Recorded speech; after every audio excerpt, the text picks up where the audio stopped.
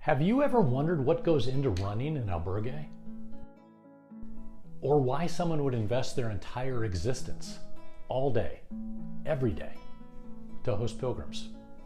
Have you thought about volunteering in support of the Camino? I wanted to walk another Camino this year, but I couldn't due to a foot injury. So my wife and I volunteered instead. I was so impressed by the experience, the care and the attention that goes into preparing the space, the joy, the magical moments that would just randomly occur, and the incredible people involved that I was compelled to share it with you. I broke out my camera and started interviewing. You'll hear directly from the owner, the other volunteers, and pilgrims who stayed with us and then returned after reaching Santiago to share their thoughts. But also be prepared for Tui. Stay tuned until the end of the video because I'm going to share the answer to the most common question pilgrims ask before starting their first Camino in Porto. Join me as we look behind the curtain at the magic of the albergue experience. But before we dive in too deep, a quick disclaimer is in order. I wasn't paid in any way to make this video. The feedback from my time there was hugely positive, so it might seem that I did this for some sort of compensation. I did not, and there was none. I put a full timeline of topics in the description below, so feel free to skip around and watch what interests you. Let's meet the owner of the Albergue Pellegrino de Porto, Miguel Andrade. How long have you been running the albergue? Next May, 10 years, the doors open for pilgrims. Why did you start it? Because I lose job, I have some free time and I did the French route. Comes the inspiration, I realized there were many albergues who belongs to foreigners, people who left everything in their countries and they come there just to live on Camino and they look to be very happy. And in Porto was missing an albergue. At that time there was not any space for pilgrims, but with the increasing of the number of pilgrims, I thought could be a chance. Tell me about the most challenging part of running an albergue. The volunteers, always people is changing, they stay for a while. And they are coming from different cultures, different places, and also to try to put each one in the right place and they make them work as a team or a family to make this reality every day. Without them, albergue was not possible, not just for the logistics, the cleanings, and also for that process, but to make the atmosphere.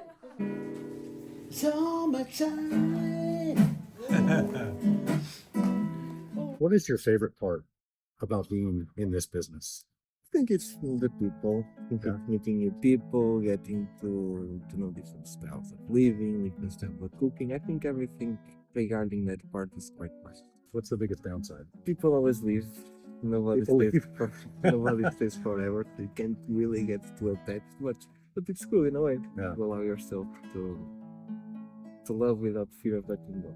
So, Love without fear of letting go. That's deep. for the camera. First came here in 2017. I was cycling from Holland. I actually didn't use an albergue until Porto. This was the first albergue I visited. And I didn't even know about credentials. What would you tell other people who are interested in volunteering? I would say if you're just looking for a free place to stay, do some hours and see the city, it's not the best. You can do that. But A hostel downtown may be a better option. yeah, exactly. Use a hostel because here you kind of need experience, or you need to be interested in what is the atmosphere of the Camino and what the Camino means to give. What do you mean, give?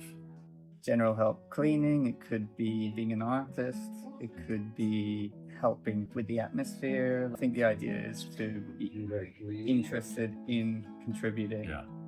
The Canadian company of Pilgrims was offering training on how to be a Hospitalero, and that was intriguing.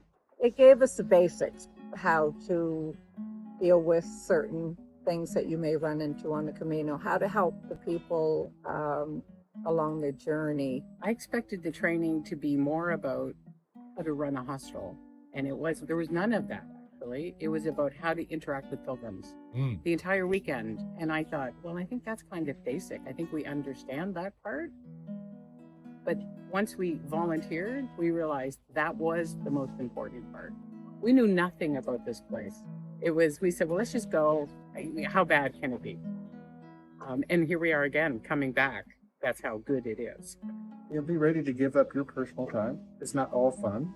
Cleaning lockers and beds every day, and every volunteer cooks lunch for everyone, for all volunteers, 1 day a week, and cooking for 6 to 10 people.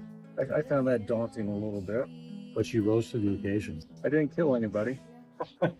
To me, the experience here in the albergue is, in a lot of ways, the reverse of the experience you have walking the Camino. When you walk the Camino, you find a family that you're comfortable with. You find folks that walk at your pace, and you think alike, and you end up spending a lot of time with them. Or you're with them for 2 weeks, or you're with them for 6 weeks, and you develop these very deep but just amazing relationships that last years and years after you're done.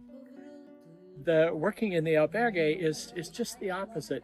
We have 50 new friends every night. What advice would you give pilgrims that first time they're coming, maybe about choosing albergues or about how they should behave in an albergue? First word comes when I think about Camino is freedom, and to be free we have to respect each other. Pilgrim is supposed to be always grateful, and the difference for the tourist is always demanding. The song is my song about morning, about new life in this morning.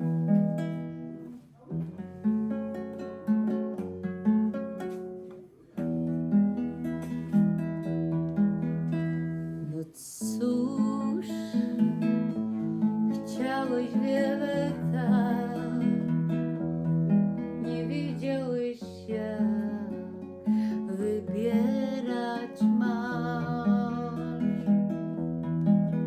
Lecz spójrz, kruk gałązkę ma,